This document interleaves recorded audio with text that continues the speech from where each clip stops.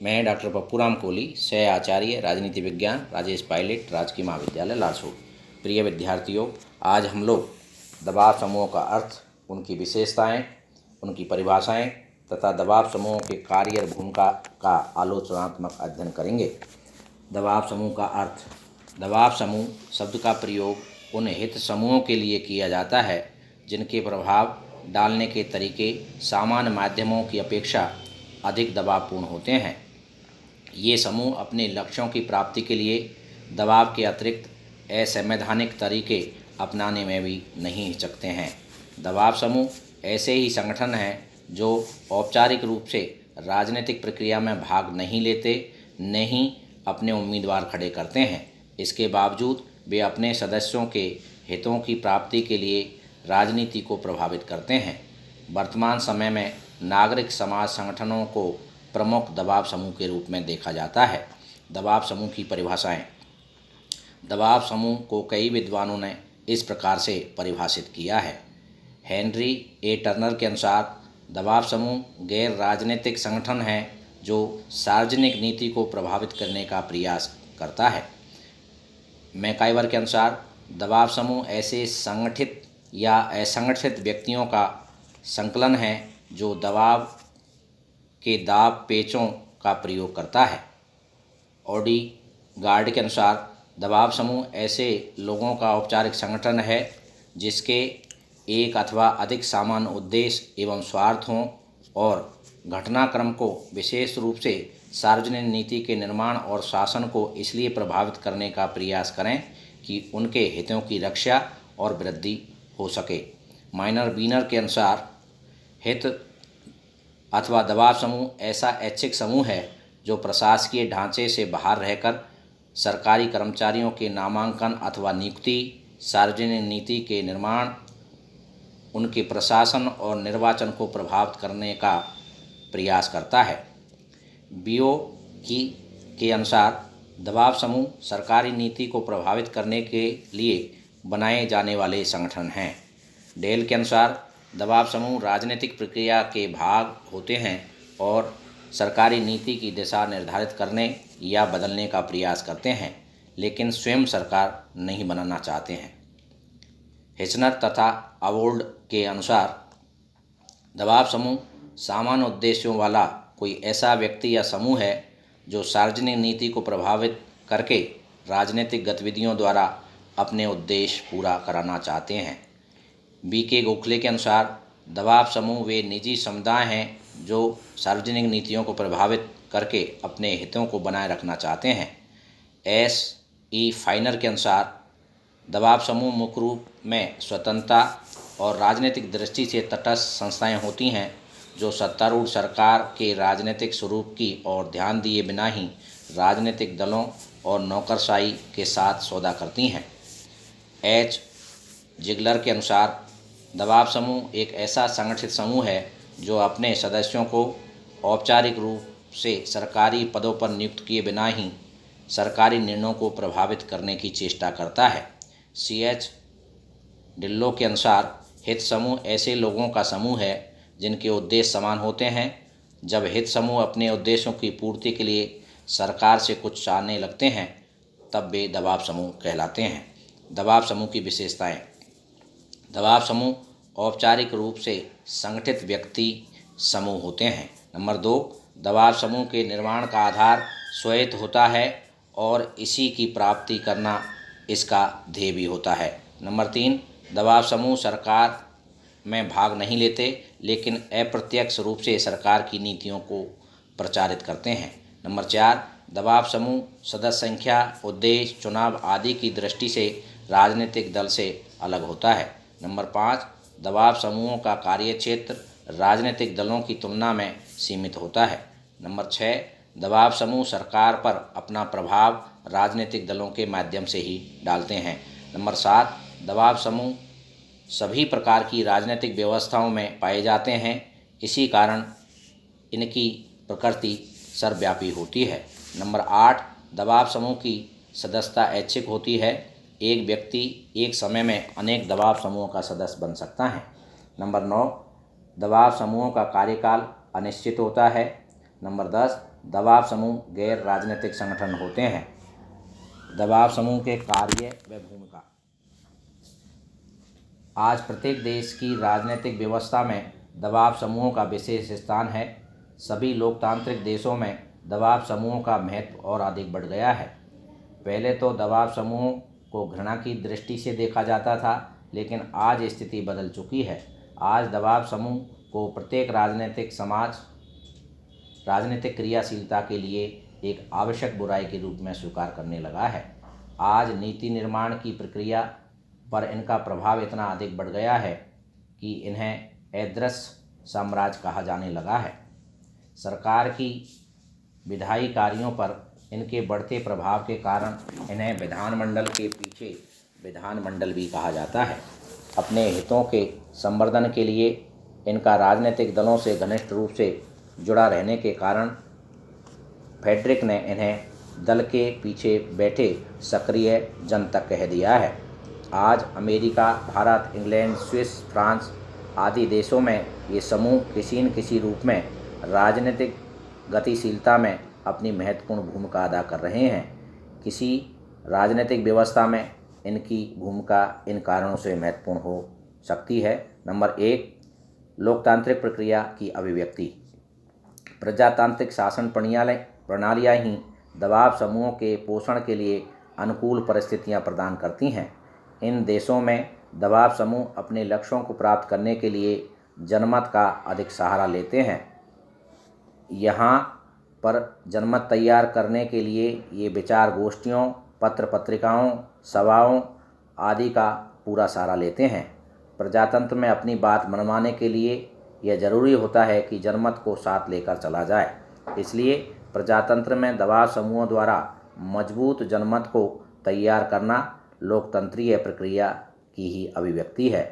जनमत को शिक्षित करके, आंकड़े एकत्रित करके, कानून निर्माताओं के पास पहुंचाकर वे अपने लक्ष्यों की प्राप्ति करने के लिए सदैव प्रयत्नशील रहते हैं।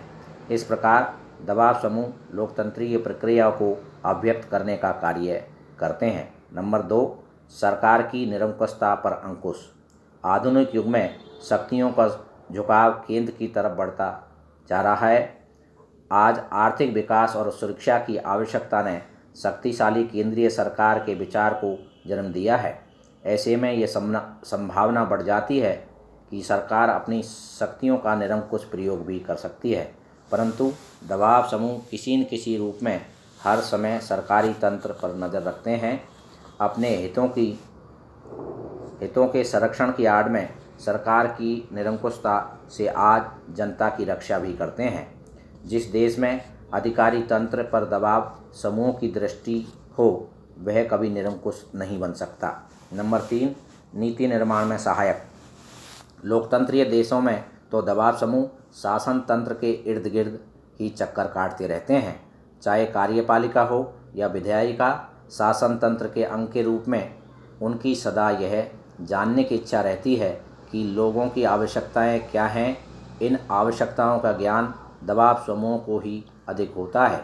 इस बारे में सभी आवश्यक सूचनाएं व आंकड़े दबाव समूह ही सरकार को उपलब्ध कराते हैं।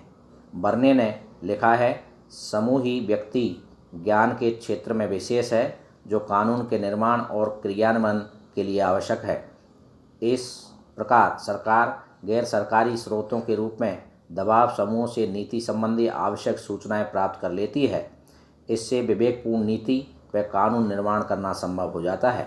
यद्यपि दबाव समूह द्वारा एकत्र सूचनाएं व आंकड़े उनके स्वयं के हितों से अधिक सरोकार रखते हैं, लेकिन नीति निर्माण में जो महत्व उन आंकड़ों का होता है वह अन्य स्रोतों से एकत्रित किए गए आंकड़ों का नहीं हो सकता।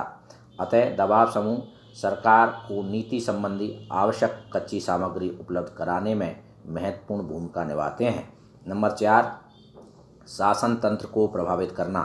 दबाव समूह लोकतांत्रिक देशों में तो इतने संगठित हो जाते हैं कि वे सरकारी तंत्र को प्रभावित करने की क्षमता भी रखते हैं। अपने लक्ष्यों की प्राप्ति के लिए विधायिका, कार्यपालिका तथा नौकरशाही तंत्र को सार्वजनिक नीति में परिवर्तन लाने के लिए दबाव डालते हैं। बहुदलीय व्यवस्था वाले देशों में ये राजनीतिक दलों के साथ साठगांठ करके अपने हितों के लिए सरकार पर दबाव बनाए रखते हैं। द्विदलीय प्रणाली वाले देशों में ये मुख्य कार्यपालिका के आसपास या विधायिका के इर्द गिर्द ही चक्कर लगाते रहते हैं। अमेरिका में इनकी पहुंच राष्ट्रपति तक भी होती है। भारत में दबाव समूह अपने हितों की प्राप्ति के लिए राजनीतिक दलों या विधायकों के माध्यम से हर नीति निर्माण को प्रभावित करने की चेष्टा करते हैं। अपने हितों के लिए वे न्यायपालिका तक की शरण ले लेते हैं। इनका मुख्य लक्ष्य अपने हितों के लिए शासन तंत्र को अपने प्रभाव में रखना है। नंबर 5, समाज के विभिन्न वर्गों के हितों में सामंजस्य। प्रत्येक समाज में किसान, श्रमिक, व्यापारी, मजदूर, जातीय समुदाय, धार्मिक समुदाय, विद्यार्थी, स्त्रियों आदि के अपने अपने हित होते हैं, जिनकी प्राप्ति के लिए ये समूह आपस में प्रतियोगिता करते रहते हैं। प्रत्येक समूह एक दूसरे पर नियंत्रण का कार्य करता है और अपने से विपरीत समूह को इतना शक्तिशाली नहीं होने देता कि वह निजी स्वार्थों का केंद्र ही बन जाए। इस प्रतियोगी व्यवस्था में समाज में संतुलनकारी प्रवृत्तियां पनपने लगती हैं और समाज के सभी वर्गों के हितों में सामंजस्य बना रहता है। दबाव समूहों की उपस्थिति समाज में संतुलन के साथ साथ प्रशासन और समाज में भी संतुलन कायम कर देती है। इससे समाज विघटनकारी शक्तियों से निपटने में सक्षम हो जाता है। नंबर 6, जनता व सरकार में कड़ी का काम करना। दबाव समूह जनता और सरकार को जोड़ने वाली कड़ी है। जनता की मांगों को सामूहिकरण के रूप में दबाव समूह ही सरकार तक पहुंचाते हैं। नीति निर्माण करते समय दबाव समूहों द्वारा उपलब्ध सूचनाओं पर ही अधिक ध्यान दिया जाता है। इस तरह दबाव समूह जनता व सरकार को जोड़ने का कार्य करते हैं। उपरोक्त विवेचन के बाद कहा जा सकता है कि दबाव समूह सार्वजनिक नीति को प्रभावित करने के लिए अपना महत्वपूर्ण योगदान देते हैं। आधुनिक समाज में उनके बढ़ते प्रभाव को देखकर कहा जा सकता है कि दबाव समूह ही वास्तविक राजनीतिक दल हैं जो सरकार और जनता को जोड़ने का कार्य करते हैं।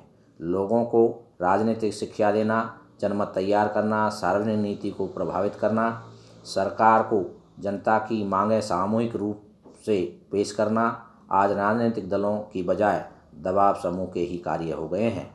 इसी कारण आज कहा जाने लगा है कि दबाव समूह शासकों को बनाने वाले हो गए हैं। आज America, Bharat, Britain, Switzerland, France, पूर्वी जर्मनी, पोलैंड आदि देशों में कम या अधिक मात्रा में दबाव समूह कार्यरत हैं। अमेरिका में तो इनका विशेष प्रभाव है। वहाँ पर ये समूह जितने संगठित तरीके से कार्य कर रहे हैं, अन्य देशों में नहीं। इसी कारण अमेरिका में राष्ट्रपति वुडरो विल्सन ने इन समूहों की शक्ति को स्वीकार करते हुए लिखा है, संयुक्त राज्य अमेरिका की सरकार एक ऐसा शिशु है जो विशेष हितों की देखरेख में पला है। इस प्रकार प्रत्येक राजनीतिक व्यवस्था को गतिशील बनाने में इनकी महत्वपूर्ण भूमिका है। दबाव समूह की आलोचना। दबाव समूह प्रत्येक राजनीतिक व्यवस्था को गतिशील बनाने, सरकार की निरंकुशता को रोकने, जनता और सरकार के कड़ी के रूप में काम करने जैसे महत्वपूर्ण कार्य करते हैं और प्रत्येक राजनीतिक समाज इन्हें आवश्यक बुराई के रूप में स्वीकार भी करने लगा है। लेकिन फिर भी इनकी भूमिका की आलोचना की जाती है। आलोचकों का मत है कि दबाव समूह विशिष्ट हित को लेकर ही सरकार के पास जाते हैं, उनका सामान्य हित से कोई लेना देना नहीं होता। कई बार दबाव समूह अहिंसक साधनों का प्रयोग करके राष्ट्रीय संपत्ति को हानि पहुंचाते हैं और समाज की एकता व शांति को भंग करने से ही भी नहीं चूकते। विधायकों को अनैतिक साधनों से प्रभावित करके वे राजनीतिक भ्रष्टाचार को जन्म देते हैं। अपने लक्ष्यों की प्राप्ति के लिए तो वे न्यायपालिका जैसे पवित्र संगठन को भी नहीं छोड़ते। अपने स्वार्थों के लिए वे साम, दाम, दंड, भेद सभी नीतियों का प्रयोग निर्बाध रूप से करते हैं। अपने अनैतिक कारनामों द्वारा वे समाज में अनैतिकता का प्रसार कर देते हैं। उनकी बढ़ती भूमिका ने राजनीतिक दलों तक की भूमिका व महत्व को भी सीमित कर दिया है। इसलिए समय की यह मांग है कि दबाव समूह की निरंकुशता की प्रवृत्ति पर रोक लगाई जाए, अन्यथा ये समाज और सरकार दोनों के लिए खतरा उत्पन्न कर देंगे।